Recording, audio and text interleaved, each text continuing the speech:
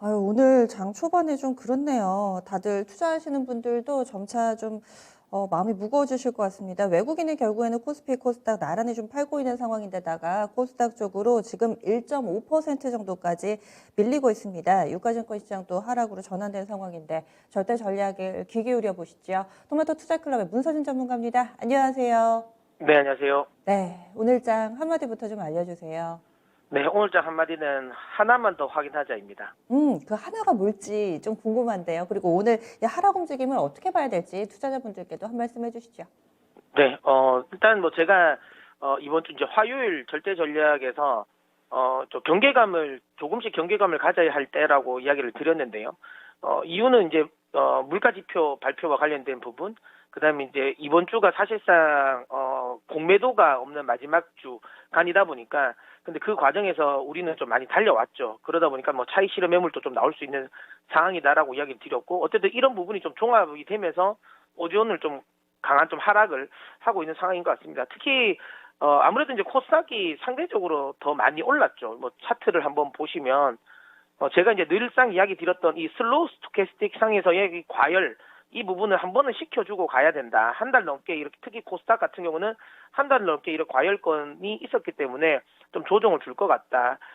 합리적으로 보면 1000에서 조금 더 언더슈팅을 감안한다면 980까지는 내려와야지 이 슬로우 스토캐스틱이 좀 시켜줄 것 같다라고 이야기를 드렸는데 지금 오늘 딱 거의 그 위치까지 왔습니다. 이 980 수준까지 지금 하락을 해 있고 그다음에 슬로우 스토캐스틱 상에서도 지금 다시 이제 침체권으로 딱 접어들기 거의 일부 직전이죠. 이렇게 되면 물론 이제 저는 오늘의 흐름만 놓고 지금 흐름을 보고 이제 추세가 꺾였다라고 생각하지는 않습니다. 여전히 저는 시장에 대해서는 좀 긍정적인 부분인데 이 5월 달에 이제 이 조정에 관련된 부분이 지금 좀 이제 먼저 좀 반영이 되는 것 같고 다만 그럼에도 불구하고 아직까지 우리 시장에 대해서 그러니까 이게 글로벌 전체적인 분위기로 이어가는 상황은 아니거든요. 보시면 아시겠지만 어제 뉴욕 증시 같은 경우도 그렇게 크게 빠지지 않았습니다. 그렇게 크게 빠지지 않았고 특히 이제 파월 의장의 기자회견 이후에는 오히려 이 달러가 약세로 접어들면서 지금 호주 달러 역시도 다시 반등이 나오고 있고요. 유로화도 지금 강하게 반등이 나오고 있습니다. 달러 약세란 소리죠. 그 다음에 보시는 것처럼 대표적인 요즘에 원자재 가격에 뭐 가장 좀 강하게 좀 반응하고 있는 구리 가격 역시도 다시 상승세를 좀 이어가고 있는 상황. 빅스 지수 역시도 지금 다시 하락을 하고 있는 상황. 미국채 가격 역시도 지금 다시 안정을 찾아가고 있고, 지금 나스닥 선물 같은 경우도 지금 오히려 상승. 뭐 아시는 것처럼 시간 외로 장 마감 후에 발표됐던 주요 기업들의 실적들이 굉장히 잘 나왔죠. 뭐 페이스북이라든지 애플이라든지 이런 종목들이 잘 나오면서 지금 나스닥 선물 역시도 지금 반등을 해주고 있다. 아시아 시장은 오늘 뭐 일본 증시가 이 휴장을 하다 보니까 특별하게 지금은 움직임은 없는데 어쨌든 뭐 호주 증시 같은 경우는 지금 현재 좀 반등을 해주고 있고 어제 같은 경우도 아시아 시장에서 우리나라만 많이 빠졌습니다. 뭐 결국에는 우리나라만의 이유를 들어야 되는데 그 부분은 결국은 이제 지금 시기적으로 보면 공매도를 앞두고 있다 보니까 그 전에 조금 팔고 차익 실현을 좀 하는 물량이 좀 많이 나오는 게 아닌가라고 생각합니다. 우리나라만의 특수한 상황이고 그에 따른 차익 실현 매물이 많이 나왔다라는 건 다시 글로벌 시장이 안정을 찾으면 오히려 다시 반등이 나올 수 있다라고 보고 있고요. 제가 오늘 키워드로 가지고 나온 하나만 더 확인하자라는 건 뭐 이 물가 지표입니다. 오늘 발표되는 우리 시간으로 9시 반이죠. 저녁. 미국의 이제 PCE 물가 지표. 뭐 GDP 쪽은 저는 그렇게 신경을 안 써도 된다라고 보고요. 오히려 이제 PCE 물가 지표가 어떻게 나오냐가 중요한데 PCE 물가 지표 자체의 결과보다는 그 결과에 대한 시장의 반응이 굉장히 중요할 것 같아요. 만약에 오늘 PCE 물가 지표가 많이 시장 컨센을 상회를 하면서 꽤 높게 나왔습니다. 불구하고 뉴욕 증시가 좀 안정을 찾는다면 그러면 저는 이제 우리 시장은 다시 또 매수 쪽에 이 조정은 매수의 관점으로 봐야 된다라고 저는 생각을 합니다. 아직까지는 저는 오늘 많이 떨어졌지만 적극적인 공략은 아직은 아닌 것 같거든요. 아직 리스크는 있기 때문에. 근데 만약에 물가 지표가 높게 발표됐습니다. 불구하고 오늘 파월 의장이 조금 더 명확하게 말을 해준 것 같아요. 이 부분은 전 시장을 굉장히 안정화시킬 거라고 보거든요. 거의 여지를 두지 않았습니다.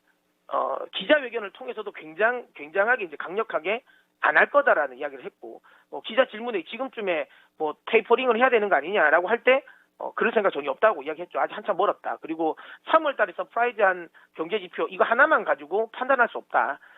조금 더 많은 데이터가 쌓여야지 우리가 테이퍼링을 할 거다라는 건데 이 말은 뭐 사실상 원래 테이퍼링 안 하겠다라는 거로 못을 박은 상황이기 때문에 시장 입장에서는 이 물가 지표에 대한 반응만 좀 편안하게 마무리 잘 지어준다면 제가 보기에는 좀 이른 썸머 랠리가 나올 수도 있겠다고 생각합니다.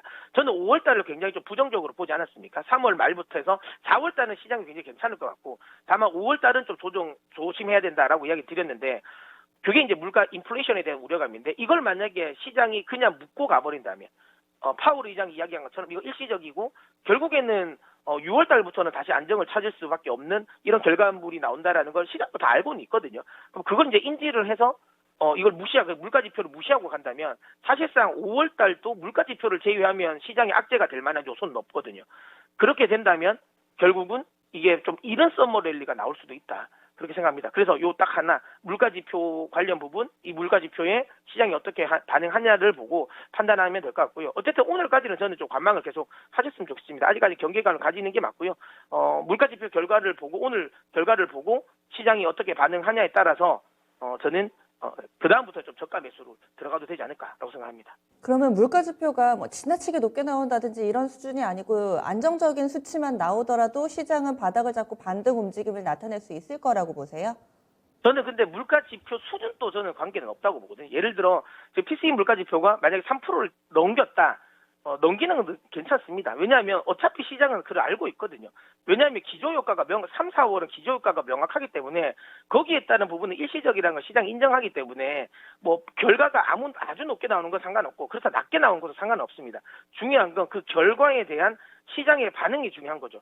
만약에 시장 컨센 정도를 맞춰줬다. 예를 들어 2.5 정도가 나왔다. 그럼에도 불구하고 이걸 시장에서 이게 높은 거다 생각해버려서 반응을 해버리면 이거는 좀 문제가 생기겠죠. 근데 3%가 오히려 반대로 3%가 나왔음에도 불구하고 시장이 이거 일시적이라고 그러니까 연준이 지금 계속 이야기하는 것처럼 일시적이라고 인정을 하면 사실상 이제 시장의 발목을 잡을 만한 요소는 거의 없거든요.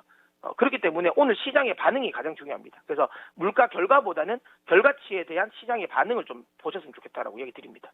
지난 화요일 이 시간에도 미국의 물가 지표 보자 여러 번 강조를 해주셨는데 여전히 또 나침반 역할을 해줄 걸로 판단을 해주셨고 그 다음에 또 볼만한 부분들 없을까요? 그렇게 해서 제가 만약에 시장이 좀 안정을 찾는다, 이 마지막 하나까지 확인을 했는데 시장이 크게 변화하지 않는다, 크게 요동치지 않는다라고 하면 그렇게 되면 앞서 이야기 드린 것처럼 좀 이른 썸머 랠리가 나올 가능성이 높고요. 그러면 그 이른 썸머 랠리를 좀 주도할 수 있는 건 저는 그때부터는 다시 모멘텀 종목이라고 생각하거든요. 왜냐하면 이제 사실상 이번 주가 지나면 뉴욕 증시에서도 주요 기업들의 실적은 거의 다 발표가 됐습니다. 우리나라도 이번 주가 끝나면 거의 주요 기업 실적들은 거의 다 발표가 끝났기 때문에 이제 실적 시즌은 마무리가 되는 단계거든요. 자, 그렇다면 다시 시장은 이벤트에 집중할 것이고 그렇게 되면 모멘텀에 조금 더 집중한다고 생각합니다. 결국에는 지금 단기적으로 아주 급격하게 반등을 했던 경기 민감주들은 살짝 숨고르기가 나올 수가 있는 부분이고요. 그리고 경기 민감주가 많이 갔던 이유는 밸류에이션에 대한 이 부담도 낮고 특히 실적에 대한 기대감이 컸기 때문에 많이 갔다고 보시면 되는데 어쨌든 이 실적에 대한 모멘텀이 좀 약화된다면 이벤트에 조금 더 시장을 집중한다. 그러면 이제 실적보다는 또 모멘텀 관련 종목들의 움직임이 있을 수 있다. 특히 기술주들에 대한 또 반등이 다시 한번 또 반등이 나올 수 있는 시점이기 때문에 기술주 쪽에 좀 집중을 하셨으면 좋겠다라는 이야기 드리도록 하겠습니다. 그러면 이 시간에 여러 번 이 반도체 섹터 강조해 주셨는데 그 시각 유지하시고요. 네, 여전히 저는 반도체 섹터 유지합니다. 네, 알겠습니다. 고맙습니다. 네. 네.